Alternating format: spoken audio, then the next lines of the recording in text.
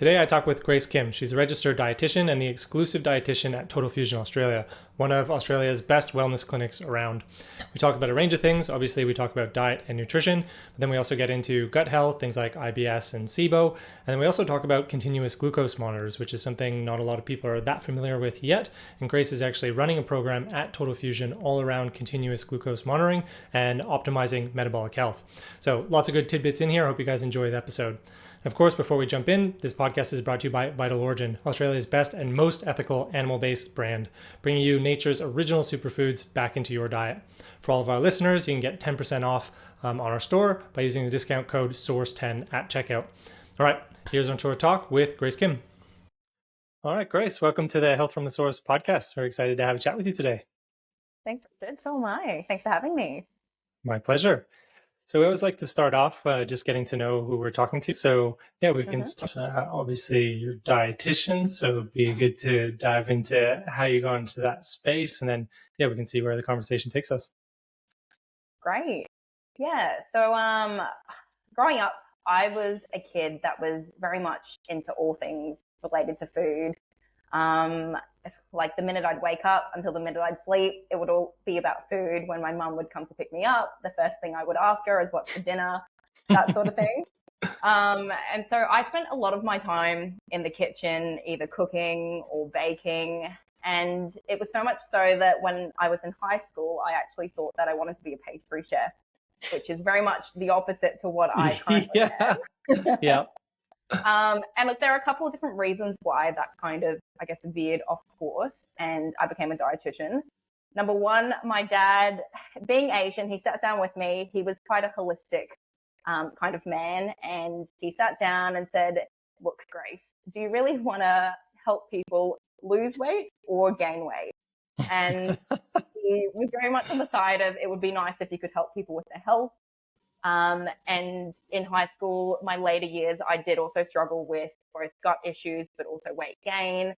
And I think having experienced that and seeing the power that food really had on my overall health was kind of the final straw that made me decide on me going into nutrition and dietetics. And that's how I graduated with a Masters in Dietetics at the University of Queensland. Then worked my way through like different private practices, renting different spaces, whether that be at like a GP clinic or at different health food stores, and trying to build up my experience and clientele that way until pretty much a year ago where I started working for TotalFusion, which is a gym based in Brisbane. And yeah, since then I've been pretty much their exclusive dietitian where I see lots of body recomposition, but also gut health, hormonal imbalances.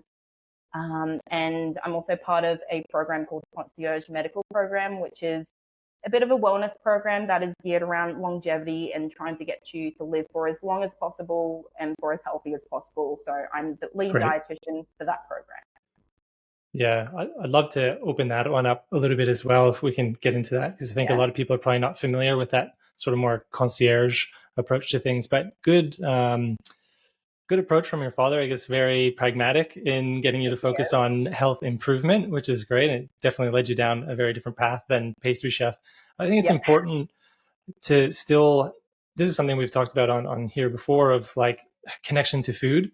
And even when we're talking about dietetics, there's the very scientific approach, but there's also the aspect of dealing with clients, patients, et cetera, and the aspect that, you know, food is very much something that's a part of us and is a cultural component. So sometimes it's not so straightforward and simple of just like, well, this is what the biochemistry says, so this is what we do. There's always a component of understanding the relationship with food. So it's nice that you come from a bit of that background as well and appreciate food. I think there's definitely other clinicians who maybe don't have so much of that background. Do you feel that that's something that you have to consider quite a bit in practice and working with patients? Yeah, look, I'd say it's even just a struggle getting people to eat just whole, healthy foods. And so the minute people start going into, say, saturated fats or cholesterol or whether or not, say, lectins or anti-nutrients are good for you, that topic never really comes up in practice because it's kind of at the top tier level once people have got their basics and foundations right in diet that we can start stepping the ladder up. And so, yeah, it really is, I would say my approach to dietetics about 30% is nutritional knowledge, I find, especially because I'm working with a lot of body recomposition, weight loss, muscle gain, that sort of thing. Whereas 70% of the time, I find that I'm actually doing a lot of health coaching and behavioral modification and that sort of thing. I'm sure you It's a find huge that with part. your own practice as well. Of course, of course. Yeah, Mm. there's very much the coaching component, and we've talked about this many times in person about the role of coaching, and even adding in health coaches and things. Because I think a big missing part in the clinical space is more that coaching component, because it's all Yeah, about behavior modification, behavior change, right? Like most people exactly. know what to do when it comes to Yep. food, although we'll probably talk about some nuance there because there Yeah. certainly is some confusion nowadays. Yeah. But a lot of the time, people know the basics of what they need to do. It's just going about actually implementing it and doing it. And And that's how to do where, it. yeah, Yeah. that more coaching component really comes in. So it's great to hear that, yeah, you take that whole approach in what you do and working with your patients. Yeah. Yeah. No, exactly. And yeah, so essentially, I guess, because we're covering the topic of approach to dietetics, I would also say that in terms of my overall approach, I know that a lot of dietitians kind of really zone in and focus on kind of diet in itself, but I do often find that when people are coming in to see me for a more complex issue, even things like weight loss, I would categorize in the more complex cases. Yeah. Usually taking that holistic 360 approach is the way to go to get that long-term success. Because there can be things like, say, for instance, hormonal imbalances going in the background that might be impacting things like weight loss progress, but also things like your body composition, muscle mass, periods of restrictive eating, and that sort of thing. So I do find that even though I'm a dietitian, I don't just focus on the diet itself, and really you have to kind of look at things like your sleep practices, your stress levels, because they all do impact the body as a whole, and especially Yeah. like hormone balance. Yeah, no, it's fantastic to hear that. I think it's often something that gets missed, not just in the dietetic space, even in musculoskeletal, say physios or Mm-hmm. exercise physiologists, they Mm-hmm. often sort of get pigeonholed into only focusing on the one thing. But often when you're dealing with people, you have a complex individual in front of you with lots of different components. And so you have to have a very holistic approach, and you have to consider all aspects and how that influences their health, how it influences their metabolism. And actually, there's a bit of contention in the nutrition and dietetic space around the calories in, calories out versus, say, the insulin model of Mm-hmm. obesity and these things. Where do you sit? I think I have an idea of where you sit, but what are your Mm-hmm. thoughts of this sort of dichotomy and this battle in dietetics of a calorie is a calorie versus, Mm-hmm. well, we need to consider hormones and other aspects. Yeah, look, I with me when I come to practicing, I always say moderation is key. And so even when it comes to those sorts of things, you obviously need to consider the amount of calories that may be coming in versus out. However, if the person sitting in front of you doesn't seem like they are, or they're really struggling to lose weight, even though they may be doing most things correctly, I think that's really where you need to consider any sort of background issues that may be going on and preventing them from succeeding and seeing those results. And so, yeah, I really do feel like if there is some sort of weight gain, there normally is some sort of insulin resistance or elevation in insulin levels going anyway. And looking at hormones is normally kind of one of the first step approaches that I take with weight gain or weight loss issues. Interesting. Yeah. Could you tell us a little bit more about that? Is it predominantly, do you look at insulin itself? And for those who may be not familiar, I imagine most people listening to this are probably familiar with insulin, but insulin is one of our main hormones released by the pancreas, along with glucagon, that sort of manages our blood sugar. And so the Mm-hmm. theory is excess insulin, due to its sort of anabolic nature, drives more fat tissue to be stored in the body, especially with excess food intake and excess glucose. So is that what you're looking at? Or are you looking at sort of comprehensive bloods? Be curious. Yeah. So, as I'm a dietitian, there is generally limits when it comes to me requesting for bloods, and so it's really what their GPs are willing to do. So I will generally give them a list of things to test. So fasting insulin, if their GPs are willing to test for an oral glucose tolerance test with corresponding insulin with it as well, that's probably the most accurate test to look for. They're usually the two things that I ask to have a look at what their insulin levels are doing and how they're responding to carbohydrate containing foods. Great. However, if I can't even get that done, then I'll just look at the HbA1c, which isn't the most accurate indicator. and things like fasting glucose and triglyceride levels as well. So yeah, in terms of insulin, that's kind of where I ask them to get testing. However, I do also like to look at the thyroid hormone picture as well, as that will also have some sort of impact on their metabolism. With most women, they may fluctuate anywhere between, say, 0.5 to maybe 4.5 for their TSH levels. And that range there is what's technically considered as healthy. But whenever I start to see a woman's TSH going above that 2.5 level, I do start to query whether or not their body is struggling to kind of output enough thyroid hormones. And that's why I generally do get them to redo a TSH so that I can see whereabouts they're sitting at. Yeah, great. So it sounds like there's a combination of both. The calorie side definitely matters because there is sort of the laws of thermodynamics which do apply. So, you can't make something out of nothing. So there's definitely the role of calories. But I think when we look at the physiology, we're very clear. But also in the literature, we do see that things like thyroid hormone influences metabolism. So it's going to affect, how much energy you're actually burning.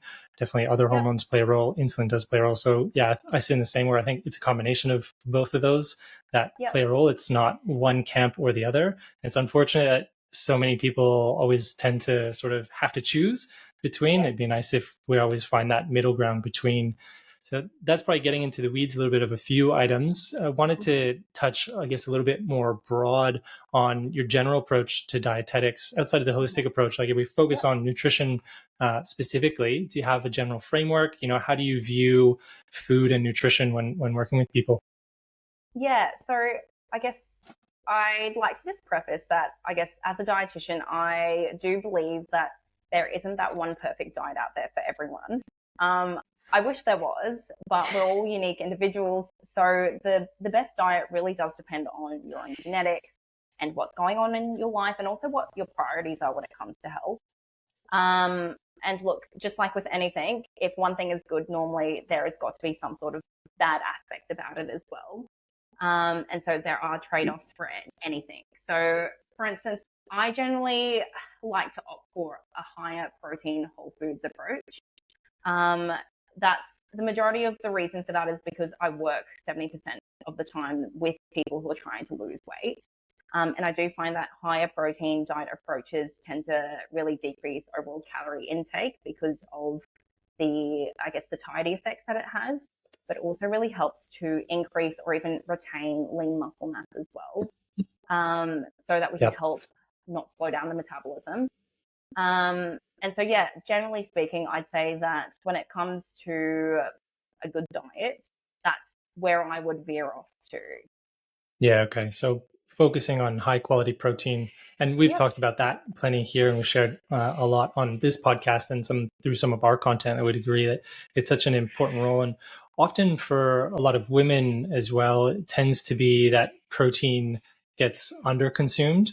Do you see that in practice? Yeah, I do. I would say 90% of the women, once we've done a complete diet history, I will say that they might be hitting roughly about 60%, 70% on good cases of their protein requirements for their fitness or health goals that they're trying to achieve. And most of the times they're all very much surprised that they're lacking in protein. The minute they actually the minute they actually up their protein intakes, they're like, wow, I've never felt so full in my life before. I really don't need a snack in between meals. And so, they just generally find that weight loss becomes a lot easier. They don't need to do strict calorie counting anymore either.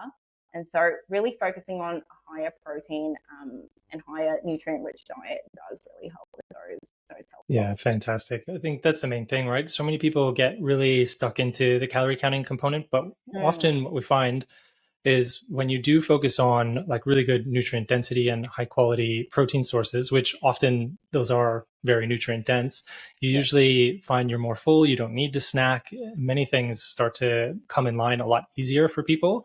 And as you said, I see the same. Most people are vastly undershooting their protein and often surprised when they see how much protein they should be having. What targets do you typically like to see for protein intake? Excuse me. Yeah, so I typically like to see at least 1.6 grams per kilogram of body weight, or ideal body weight for women and men. just depending on, I guess, if whether or not body fat loss is a priority, and if they've got a decent amount of lean muscle mass to start off with, then kind of veering on that 1.6 grams per kilogram of body weight is good. Otherwise, I'll generally recommend about 2 grams per kilogram of body weight if they're really trying to up their muscle mass whilst also decreasing a bit of fat mass at the same time, so a bit of body recomp going on. But usually that 1.6 is where I'll start off. Yeah, great. So for those listening who have maybe never actually looked at what their protein intakes are like, it'd be interesting little homework to actually put those numbers down and look at what 1.6 or 2 grams per kilo is. And like I said, I think you'd be surprised at how much protein you probably should be intaking. And my approach, I imagine you're probably similar. Protein is so important because unlike our other nutrients, we don't really have a storage in the body. Like the way we store protein is literally our body. So we store it in muscle and bone and everything else. So unlike carbohydrates and fat, which we have store forms of in glycogen and adipose tissue or fat tissue, protein, we don't so much have that. And so if you're under consuming protein, often what happens is you start to take it away from your body, and then it leads to aspects where it's going to be difficult to maintain lean muscle mass, maybe bone density, a whole host of other issues. And so I think it's really important that that forms the framework of starting with a good diet. Of course, now that leads us into, this issue in the space of what is good protein. Because, we have the plant-based proteins, we have animal-based protein, we talked about nutrient densities. So maybe I'd love to hear some of your input on some of the protein argument and protein spaces and what you go to. Yeah, so for what is good protein, I would generally always recommend animal-based protein sources first. They're number one, a high-quality protein, meaning that foods like, for instance, eggs, meat, dairy, they contain all 9 amino acids in the right proportions. They're also really crucial, like these amino acids are crucial for building your lean muscle mass tissue, but also for, say, enzyme production in the body and neurotransmitter production. And so I generally recommend animal-based foods where possible first. The bioavailability of animal-based foods is also much more superior than plant-based protein sources. So things like vitamins, not vitamins, but things like how readily absorbed the animal-based protein is and utilized by the body is a lot better when consuming animal protein sources compared to your plant-based protein sources. And they're kind of the 2 top key reasons why I typically recommend animal-based foods.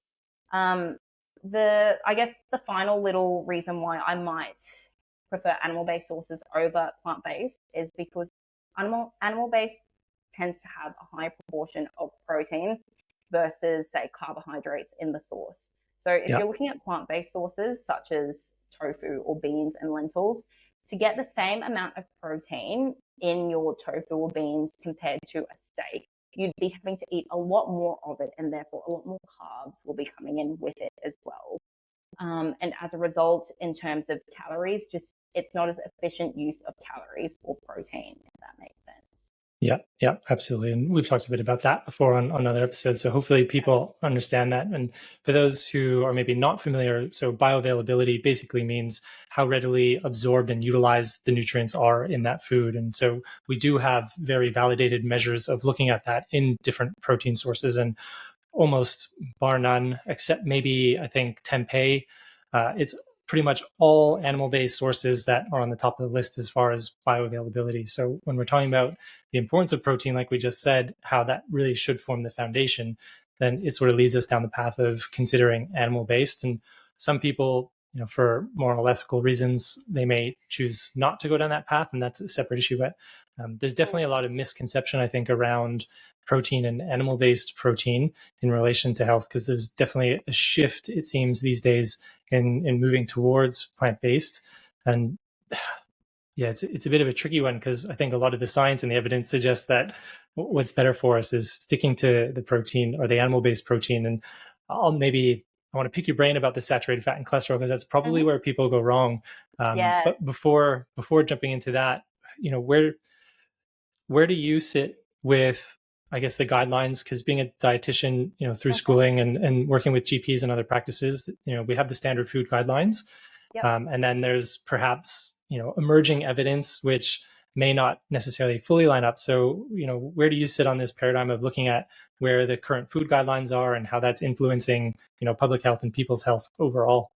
Yeah. So, look, here in Australia, we've got the Australian Guide to Healthy Eating, which, although it promotes healthy whole food options, and it asks to decrease processed foods as much as possible, I definitely still say that there are limitations to several of the recommendations that they provide. And being very much a Australia-wide recommendation, I would say it's quite concerning, as it's being promoted to 26 million people, and it's also the guidelines that the dietitians are being taught as well. And so there's probably three main kind of areas that I have an issue with, and I would say are behind the evidence that's coming out at the moment as well. The number one thing I would say is that grains are still being recommended as about 1/3 of your entire diet. Yeah. They recommend about 6 serves of whole grains per day, which is roughly equivalent to about 6 slices of whole grain bread.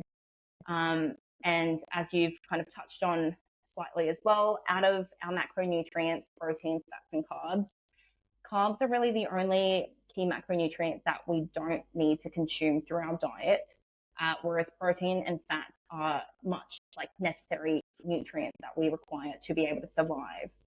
And so the body can still really thrive off a diet without carbohydrates. And if not, I would actually say that there are more health benefits to a lower carb diet compared to a higher carb diet that they are promoting at the moment. You can still obtain things like your B vitamins, minerals, fiber through merely just increasing a bit more animal products, but also vegetable intake as well. And so grains aren't necessarily a vital part of the overall diet, which I would say is a key downfall to the current guidelines. What were your thoughts on that, Richard? Yeah, I would definitely agree. From an ancestral model, which is what we talk about a lot here, that grains are not evolutionarily consistent with what we consumed for the vast majority of our species history. So there's definitely some discordance there. But even like we were talking about with the issue with excess carbohydrates, we do have an epidemic at the moment across not just Australia, but North America and most now developing and westernized worlds where we have an increase in diabetes and obesity. And, the emerging evidence is suggesting that in excess of not only calorie intake, because there's definitely an aspect of just overeating, but it seems like excess processed carbohydrates plays a role. And that's not just sugar, that's bread and everything else. And it's emerging now. I think actually not emerging. The evidence has been around for a while, looking at, say, low carb or ketogenic diets and managing obesity and diabetes.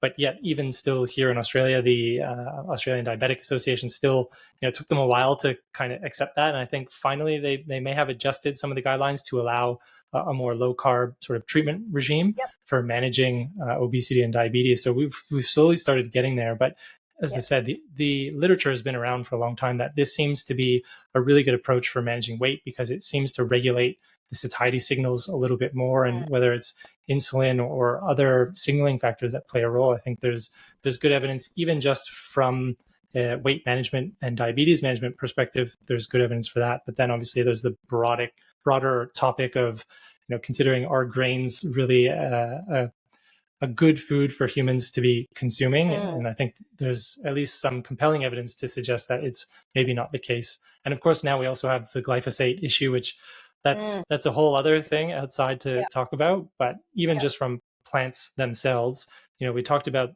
the bioavailability and nutrient density of animal-based proteins, which is very clear. But then on the other side, we have plants, which we again have very clear evidence that their bioavailability seems to be lower. Plus, of course, there's this aspect of anti-nutrients. And you mentioned lectins, for example, and this could be something that not everyone is familiar with. So maybe if you wanted to share a little bit, what's your opinion on the whole anti-nutrients, lectins? Where does that fit in diet? Yeah. So I guess for listeners who aren't really familiar with what plant anti-nutrients are, they're essentially toxic compounds that are found in various different plant foods. And they're really there because plants can't run away like animals can, and it's their natural defense mechanism against their own predators, such as insects. And so the reason why I guess it's been a bit of a controversial topic is because there's been some research that may suggest that anti-nutrients might be impacting the absorption of key nutrients from our plant foods, but also might be causing some adverse health effects as well, such as increased intestinal permeability or leaky gut, joint pain, skin conditions, kidney stones, that sort of thing. And I'd say that the most common ones that are generally mentioned are things like lectins, oxalates, phytates, as well as things like goitrogens. And they're all found in things like your grains, your legumes, your nuts and seeds, your leafy greens and vegetables. And so I guess my take on anti-nutrients is that if things are properly prepared, it shouldn't have too much of a big impact on your overall diet. So things like sprouting, fermenting, boiling, or even pressure cooking those plant-based foods can significantly lower the anti-nutrient content in them.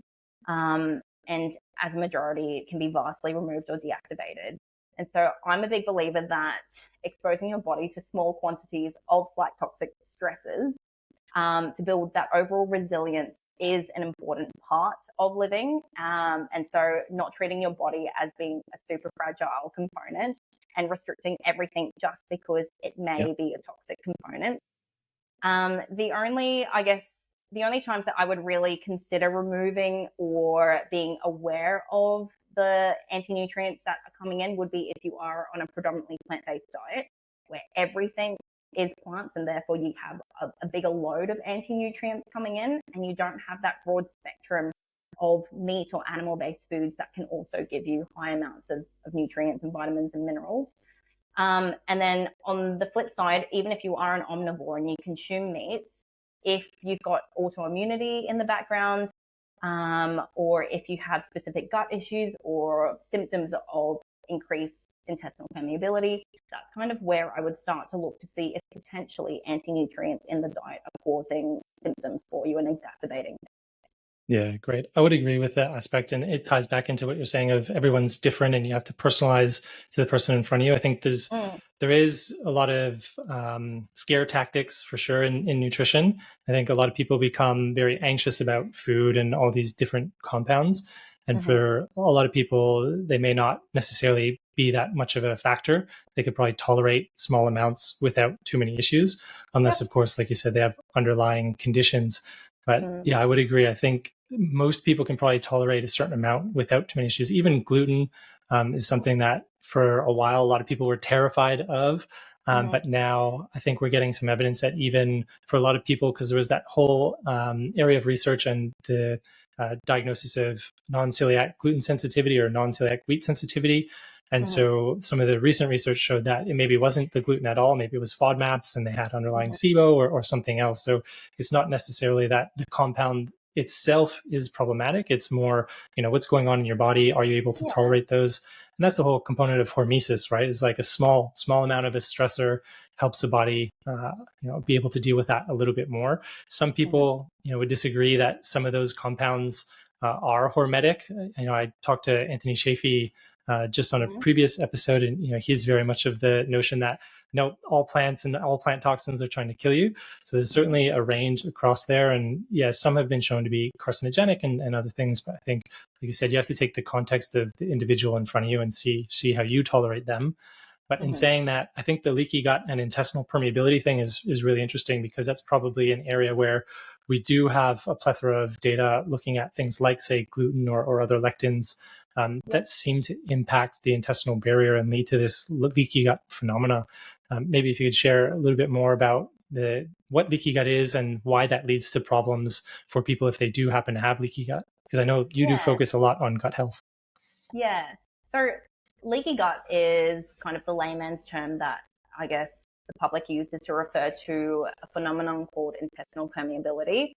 Now, we all have some amount of permeability occurring in our small intestine so that we can help absorb nutrients, whatnot. However, the problem arises when you start to get too much permeability coming through those cells. And as a result, you start to get undigested particles of food or proteins bacterial toxins leaching out in higher doses into the bloodstream, which can then cause an inflammatory response systemically as well. And so leaky gut can occur for a variety of different reasons.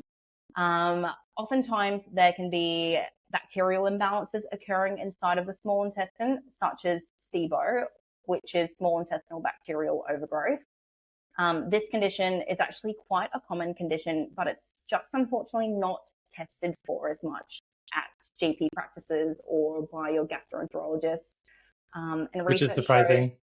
I know, I know still a lot of gastroenterologists still don't buy into the SIBO thing yet, even though there is a large amount of data available now. There is, yes. And so, yeah, research shows that up to about 70% of people who were diagnosed with IBS actually have SIBO in the background, which is causing their symptoms to come about.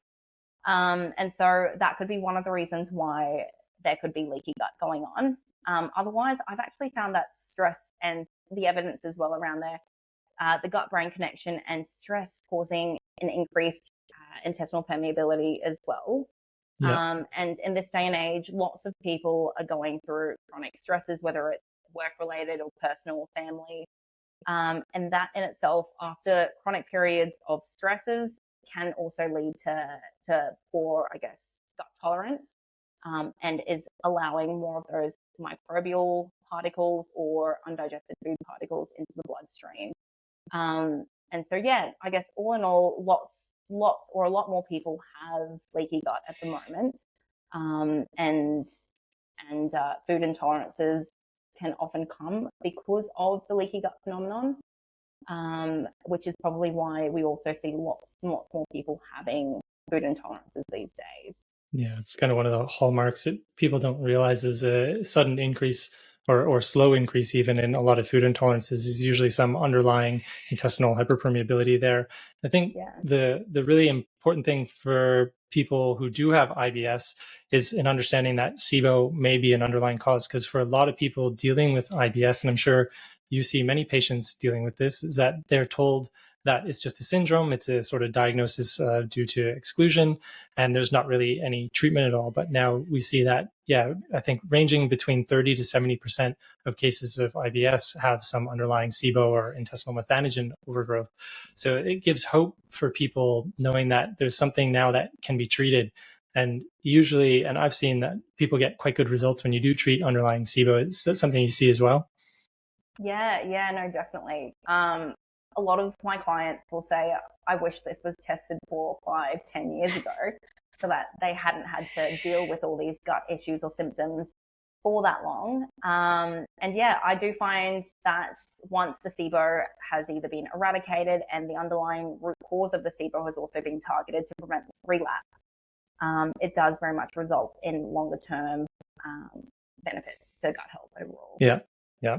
And with that relapse, it's something that is very common with SIBO. And what I've seen, and I've talked to other practitioners about this as well, and there's even literature supporting it, like you said, is stress, and how stress can often be an underlying aspect affecting motility, affecting that gut-brain connection, which can affect motility again.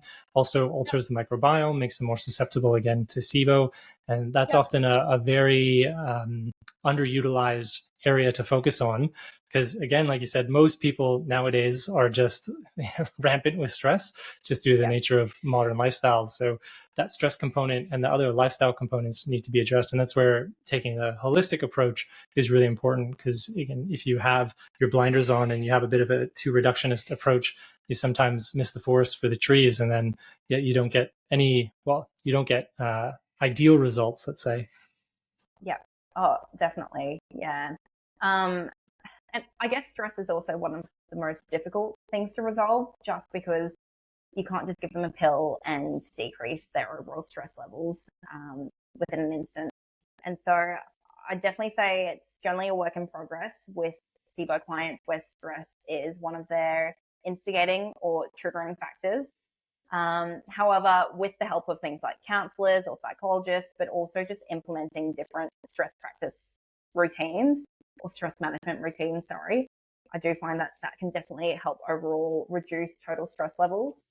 I will say, though, about 70% of the time, a lot of their stress is coming from work. And oftentimes I will have sit down consults to just talk about whether or not their current work-life balance is what they're after. And perhaps they may need to look into changing jobs if it's really making this much of an impact on their overall health. Yeah. Yeah. It's great that you have that conversation. I think a lot of clinicians are scared to have that conversation, but sometimes, those hard conversations are the things that are going to help people the most. And so those things need to be broached sometimes with people, because if, the person in front of you, their goals are about their health and living well and fixing whatever underlying conditions they have, if that's the top of their priority and work isn't, then sometimes you need to consider how best you can support that priority. And sometimes that means, making a big shift in life for a lot of people. And it's not an easy decision, but it's certainly something that people need to consider, especially today where stress is very, very rampant. Yeah, I totally agree with that. It's a very difficult one. And we didn't touch on specifically how some of the lectins and gluten and things like that affects the gut barrier and leads to intestinal permeability. But for those interested, we do actually see how gluten particularly affects these things called tight junctions in the gut. And so it opens up these tight junctions, which then leads to leaky gut. So we have very clear data about how some of these plant compounds can directly cause leaky gut. And so we need to consider that, like you said, in the context of definitely if people have underlying gut issues, but sometimes even other non-gut related conditions. I think that's one of the things a lot of people don't realize is that you can have extraintestinal manifestations. So you can have a presentation outside of the gut that's due to gut-related disorders. So it could be, achy joints, brain fog, some of these things that are totally unrelated and not attached to your gut, but yet do affect you systemically. And I think it's, like you said, probably due to a lot of that aspect of causing systemic inflammation. Yeah, no, exactly. I even found that, especially with fungal overgrowth, you'll get specifically wrist and shoulder pain. And they may have been, a couple clients may have been seeing their physios for trying to treat these joint pain issues. And it really wasn't until we started addressing the fungal overgrowth that even within a week, they started to notice differences in joint pain. Amazing. So it really isn't just limited to gut health symptoms. Yeah, great. So for those listening who maybe have been dealing with ongoing chronic aches and pains and things that don't seem to line up specifically with an injury, then definitely worth investigating the gut a little bit more. And so with that, how do people investigate if they do have SIBO or if they do have leaky gut? So with SIBO, what we'll do is we'll send them out for a referral for the SIBO breath test. Currently, that's the main option most people will have to check their gas levels and the gas produced by the bacterial overgrowth. It normally is a very quick test, only requires 3 hours of your day to sit down and take 20 minutes. Every 20 minutes, you'll take a breath sample to see how much methane and hydrogen gas is being produced. From those results, we can then decide on what the next treatment process will be, whether or not we will be targeting bacteria that produce those hydrogen gases, or whether or not it will be methanogens that we'll be targeting. And these are the, microbes that produce your, or archaea that produce methane gas. And so usually it will start off with a breath test. However, the gold standard is to do an aspirate endoscopically. However, these are generally more so used in the context of research. So if you went to see a gastroenterologist, they would typically not do an aspirate for you. And a lot of gastros also don't even know what SIBO is. So I asked my gastro specifically for that. Yeah, didn't get an aspirate, surprisingly. Okay, what did they say? I think it came to the question of unsure about the evidence and is it really worthwhile, treat empirically, that kind of stuff. Okay. So I think it kind of just shoved it to the side. But I had other things going on given my history, so it probably wasn't a top priority for them. Okay, gotcha. Breath test currently is the main way to check to see whether or not you've got leaky gut. In terms of intestinal permeability, there is a food intolerance test called it's done by KBMO, I believe, and they've got two sections to their food intolerance test. One section is just checking for antibodies, and so checking to see what sort of antibodies are elevated to different types of foods. And then the second part is checking to see if there's increased zonulin levels as well. and increased like candida in the bloodstream and that sort of thing. And so that's kind of how they check for if there's increased intestinal permeability. Otherwise, the third way is through a comprehensive stool test, where you take 3 days of stool samples and then that will be shipped off to America. And we get the results within a few weeks, and that gives you a pretty good idea of what all the good bacterial levels might be, what the not so good bacterial levels might be, if you have any pathogens living in there, if you've got any parasites or worms or candida or fungal overgrowth as well.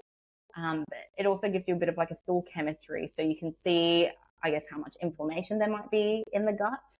And that can sometimes show you whether or not there may be some increased intestinal permeability going on from that inflammation. Yeah, great. Is that something, doing like a comprehensive stool analysis, is that something you'd recommend with most people with GI issues? Are you looking for something specific? Because I think a lot of people probably aren't really familiar with what that is. They maybe have seen their GP and they would get a standard parasite PCR panel, but that's very different than what you're describing of this very comprehensive stool analysis, which shows us, chemistries, inflammation, microbiome, et cetera. So where does that fit in with your practice so people are familiar? So generally it comes down to budget. It's not the cheapest thing to get done. It is $500 plus. And so I really like to narrow in on the symptoms that my client might be experiencing. If they only have a set pool of money to really play with, then, and the symptoms tend to be a bit more SIBO-like symptoms, then I will funnel them down the SIBO breath test first. However, if they've got the funds for both SIBO breath test and a comprehensive stool test, then I'll get them to do both, because that will kind of cover the both upper GI tract and the lower GI tract as well. Great. If symptoms seem to come on towards the later end of the day, that's generally when I'll recommend just the stool test in itself. Yeah, okay. And so if it's more, I guess, close to postprandial or close to a meal where they're getting some symptoms, we're thinking more upper GI, small intestine, and probably more SIBO related. Yeah, correct. Yeah, great. All right. Well, that's some good information for people. I think I do personally recommend that at some stage people do get a stool test if they have the budget for it, because I think sometimes you find some valuable information, especially in these days where you could have a lot of different exposures. As we were saying, stressors, everything else. There's a lot of people with underlying disrupted guts that maybe aren't fully familiar. So sometimes it can be very enlightening for them to actually have this done so that they can have a little bit more information. Yeah, no, I totally agree. In fact, I'd probably get my whole family members to get a GI 360 stool test if Amazing. possible. Yeah, fantastic. And so GI 360, that's the preferred one, because there, for the listeners, there are different versions of these stool tests, and some use different approaches to analysis. And looking at the GI 360, which is a specific one you mentioned there, it's probably one of the more comprehensive tests. You pay a little bit more, but it's a very comprehensive test. You get very good information from it. Yeah, no, I agree. And most people who have had it done generally find that symptoms can be resolved by targeting either the overgrowths or the undergrowths and help supporting those to rebalance everything back out. Great. And how about diet? Where does diet sit in there? Because obviously with SIBO, with IBS, we have sort of a targeted first line approach with FODMAPs. And I mentioned FODMAPs before, maybe sharing to listeners that haven't heard that term before, what FODMAPs are and kind of how that plays a role in looking at, I guess, a low FODMAP diet. Yeah. So FODMAPs, they stand for fermentable oligosaccharides, disaccharides, monosaccharides, and polyols. And essentially it is. And essentially these are sugars that are harder to break down in the body. And as a result, if you have decreased digestive enzyme production and decreased capacity to be able to break down these carbohydrates properly, then it will increase GI symptoms such as gas, cramping, and diarrhea. They tend to be the most common symptoms if you have too much FODMAPs that go undigested and kind of run throughout your digestive system. And so because they are quite fermentable, they're really good fuel sources and food sources for your gut bacteria. The low FODMAP diet has become a really popular diet to go for with anyone who has gut issues. because it really restricts these fuel sources for the bacteria, and as a result can produce, I guess, relief or symptomatic relief for short term. It, however, isn't supposed to be a diet that's taken on for longer than a couple months. And as a result, I really do feel like you need to treat acutely what's going on and what sort of imbalances are causing you to have an intolerance to FODMAP sugars. And then for a more longer term approach to rebalance the gut microbiome, I do feel like you need to pop those FODMAPs back into the diet, increase prebiotic fibers to really help elevate those good beneficial gut bacterial species. Yeah, fantastic. That's often a point that gets missed. I think a lot of people just say, oh, I'm cutting them out and all fiber is gone. And that's probably why the carnivore diet has become so popular. So there's probably a lot of people with underlying gut issues that get a lot of benefit from just cutting out all plant matter, including FODMAPs and everything else, but then they stay that way. And whether long-term that's healthy or not, I think is up in the air at the moment. There's certainly people in the space that have been doing it for over a decade. I think some people have been doing it more than 2 or 3 decades now. So, there's definitely evidence that says it could be done, anecdotal. But it's interesting because there is that whole paradigm around fiber. I think a lot of people are still of the notion that fiber is sort of foundational. You have to have fiber. If you have gut issues, throw more fiber in, which it sounds like, for a lot of, if they have IBS or underlying gut issues, that excess of fiber may not be beneficial. No, and it often isn't. It just exacerbates symptoms. So yeah. I agree.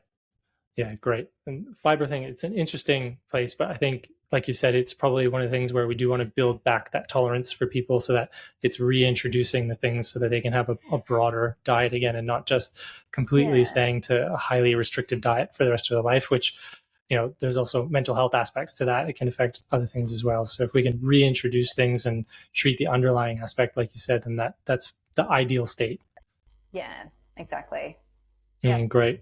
Well, outside of fiber and some of the GI things, one other thing that we talked about offline that I'd like to pick your brain about, and we mentioned a little bit, is the saturated fat and cholesterol perspective, is sort of circling back to the animal-based protein. One of the main concerns for people is, well, it's often high cholesterol, there's a lot of saturated fat, isn't that going to give me atherosclerosis and cardiovascular disease? So let's break that down a bit and see where your perspective is. Yeah. And look, saturated fats have been demonized for quite a long time. I believe since the Ansel Keys studies, the 7 countries study was conducted. Since then, there's been a really, really bad raps around saturated fats increasing your risk for strokes and heart attacks. And look, I would say that there is some evidence suggesting that saturated fats may increase your risk to heart disease. However, I think what they're not looking at is what's actually causing atherosclerosis in the first place. So usually for you to start developing those plaque buildups in the arteries, you need some sort of initial inflammatory insult to the arterial lining. And then the plaque will start to form after that point onwards.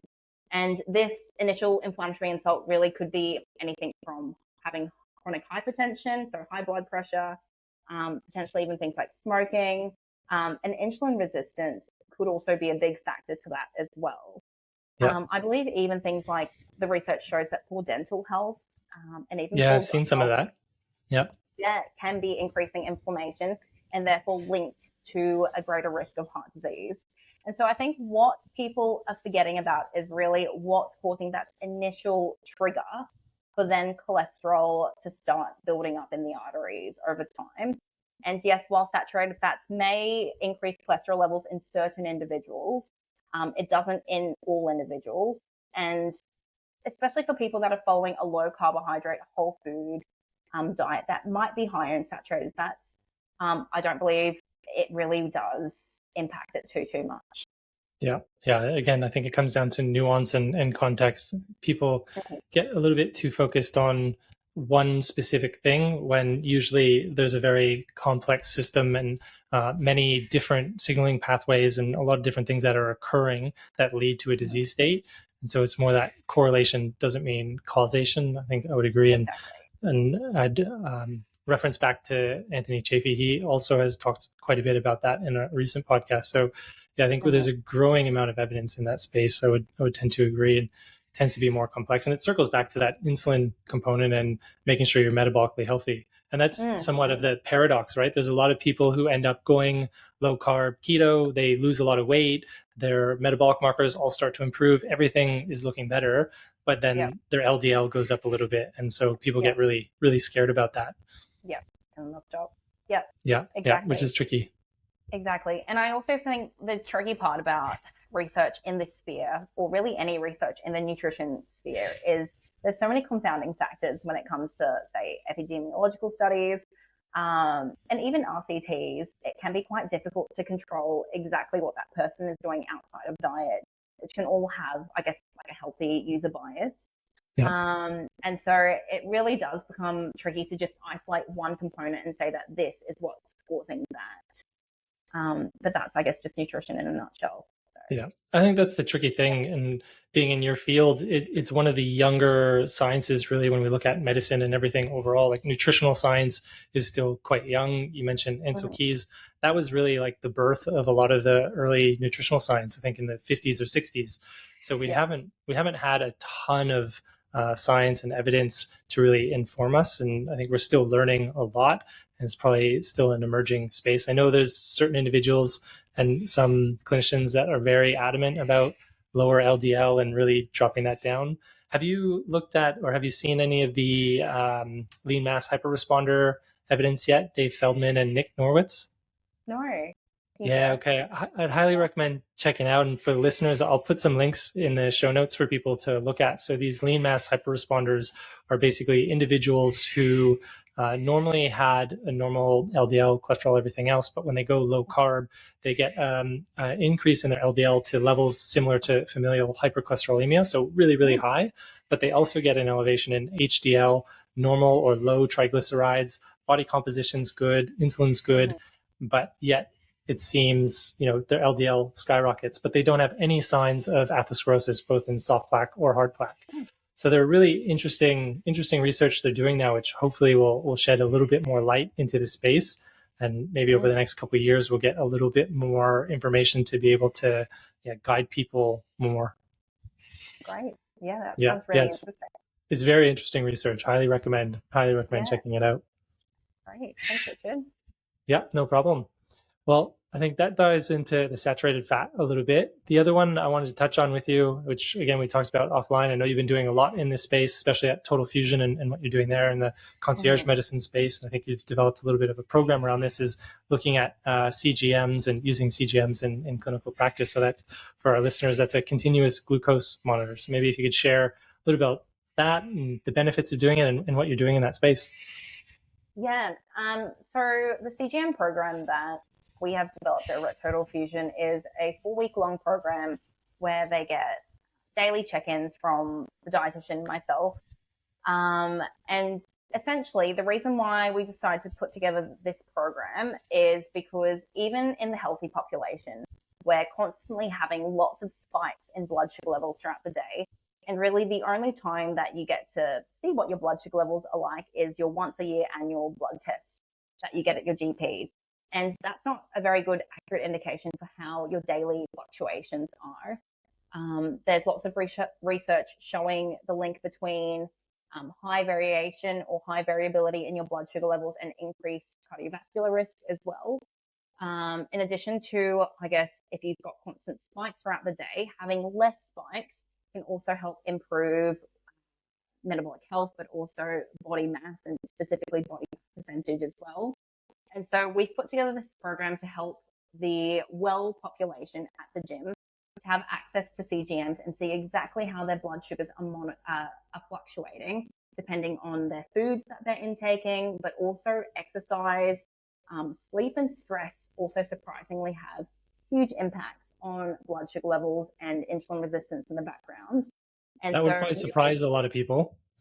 Yeah, it surprises so many people. Although I will say that some people are more so sensitive to, say, sleep deprivation or stress levels throughout the day than other people.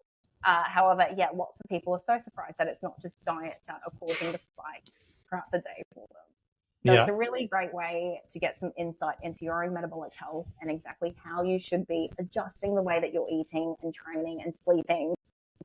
Stress is one that you might not be able to control as well, but just being a little bit more aware of it as well can help with future health benefits. I love that. And that's really I guess, the epitome of like personalized medicine, right? Is having this information to figure out how you respond specifically to different things. Because as we've been saying throughout, everyone is going to respond differently based on their genetics, based on their microbiome, based on many different factors. So, it doesn't necessarily help to just have that one marker once a year. What we want to see is how you respond to different foods you're eating throughout the day, how you respond to exercise, and everyone is going to have a very different glycemic response. I remember there was a paper, I can't remember the authors now, came out quite a while ago, looking at different responses to different foods in a population. And there was an example of like someone who could have a banana would have, a crazy glucose excursion, blood sugar shoots up, but they could have a cookie and they would be fine. And then, another person, if they had a cookie, it would be a crazy response. Banana was fine. So I think it's really valuable for people to work with someone such as yourself and what you're doing to be able to get that personalized information to figure out what you specifically respond to and how you respond to different things. Because then, that's going to shape a lot of what you can do to optimize and improve your health. And that also ties into the preventative approach, which I know you guys at TotalFusion are really focused on, the sort of preventative model, which is fantastic. So always the best gear is prevention. Yeah, no, exactly. So yeah, we've just launched that program, and it's had a really good response. But yeah, no, I would definitely say that in terms of behavioral modification on top of those insights has been a big part to the success of the program. A lot of people are finding that having those daily check-ins with a dietitian for about 4 weeks, which is a long time, really helps them to stick on track, or stay on track, sorry. Because it's one thing just telling your dietitian when you catch up with them every month that you're not snacking on food, that you're exercising, but it's another thing when the dietitian sees those spikes throughout the day. It's really hard to hide. So I'd definitely say for behavioral modification purposes, there's huge benefits to using CGM. Yeah, that's fantastic. It can be such a valuable tool, and even a lot of different diagnostics, I think, fit within that realm. And this is where in public health, sometimes it's tricky, and where in a private practice and private model, it's a little easier to do that, because people who are willing can put the money towards doing these types of things, which is great. I hope we shift towards that in the public health model a little bit more, so we can start to focus more on that prevention side. But I think it'll be a little while before it makes that shift across. And so what does that look like for people who are not familiar with the CGM? If you could explain, what it is, how the process goes, because there might be people who would be very interested in learning more about this and maybe giving it a try. Yeah. So the 4-week program, essentially, you'll have a very comprehensive initial consult with myself where we kind of get you set up with the device, get the account linked up with myself, but also on your phone. And then we will do a comprehensive deep dive into your diet, your other lifestyle factors, and then get you to do a few different body scans. 2 of them will be, one's a body composition scan, one's a 3D body scan. And then the third one is called a skin AGE reader, which is looking at the amount of glycosylation or sugars that are attaching to the proteins that are in your skin. And so that can give you some sort of indication to how fast your skin is aging, but also your cardiovascular risk as well. And so it's a pretty comprehensive 90-minute initial consult. You'll then go off for the first 2 weeks with your CGM on your arm, and you'll be inputting all the food and exercise that you'll be doing for the next 2 weeks. And you'll be getting daily check-ins from myself where I will be looking at the previous day's data and give you some insights into what's been going on, or I may have some questions or get you to retry different tests to clarify specific results. After the first fortnight is over, you'll then come back in where we'll do a quick catch-up session and see how you've been going. I'll give you a bit of a draft diet plan and lifestyle plan to then try for the next 2 weeks. And as CGMs only last for 2 weeks, the first one will have expired by then. And so we'll take that off and we'll put the new CGM onto your arm. And then you'll go off then for the next 2 weeks again with this draft diet plan in place. So you'll do this optimized diet for the next 2 weeks. And then once the next 2 weeks are over, you'll then come back in where we'll do a bit of a wrap-up session, see how everything's been going. We'll redo all the 3 different body checks that we did in your initial session, and see how much progress has been made at that point. And then we'll kind of let you go off. And then from that point onwards, just so that we can have another touch point and see how everything's been going, you'll then come back at 8 weeks and we'll do all the body comp scans again for you. So essentially, by the end of the 4 weeks, you want an optimized ideal diet plan for your body type, as well as exercise and sleep, and stress as well. That's great. Very comprehensive. I love that you've added in the ages measure as well, because for people listening, so the ages and the glycosylation, that's one of the main issues with excessive blood sugar. So, when we're talking about these blood sugar spikes where it shoots up really high, what can happen is those sugar molecules get bound to proteins and different things. It can damage actually the inner lining of your blood vessels. And so that's why these excessive high levels of blood sugars can be really damaging and detrimental. And often, say in diabetes, we see things like retinal issues because of the blood vessels in the eye, often end up with amputations because the blood vessels become so damaged. And so the ages can measure a few of the accumulation of those molecules, both in the capillaries and the skin, which is amazing because not a lot of people have that tool here in Australia. So that's fantastic. Very, very comprehensive and very exciting, and well done with developing that whole program. Oh, thanks, Richard. Hopefully it just gets bigger and better from this point onwards. I'm sure it will. I'm absolutely sure it will. Well, fantastic. I think we've covered quite a few topics there. So thank you so much for your time. Is there anything that you wanted to sort of close up with? And also if you could share your details and where people can find you if they want to potentially work with you. Yeah. So look, I think when it comes to diet, the main advice I'll leave people with is to really just start on the small sustainable changes. And by being able to build upon that every single day, you'll soon get to a point where you're kind of at that ideal optimized lifestyle. And so try not to overcomplicate things and really just start off with the simple things first. If people are wanting to work with me further on and they live in Brisbane, they can find me at TotalFusion. I practice at 3 different locations at Springfield, Morningside, and Newstead. And so they can just book in that way by looking at the TotalFusion website. Fantastic. And can they book into the CGM program with that? Is that a limited space at the moment, or is that's now live for people to jump into?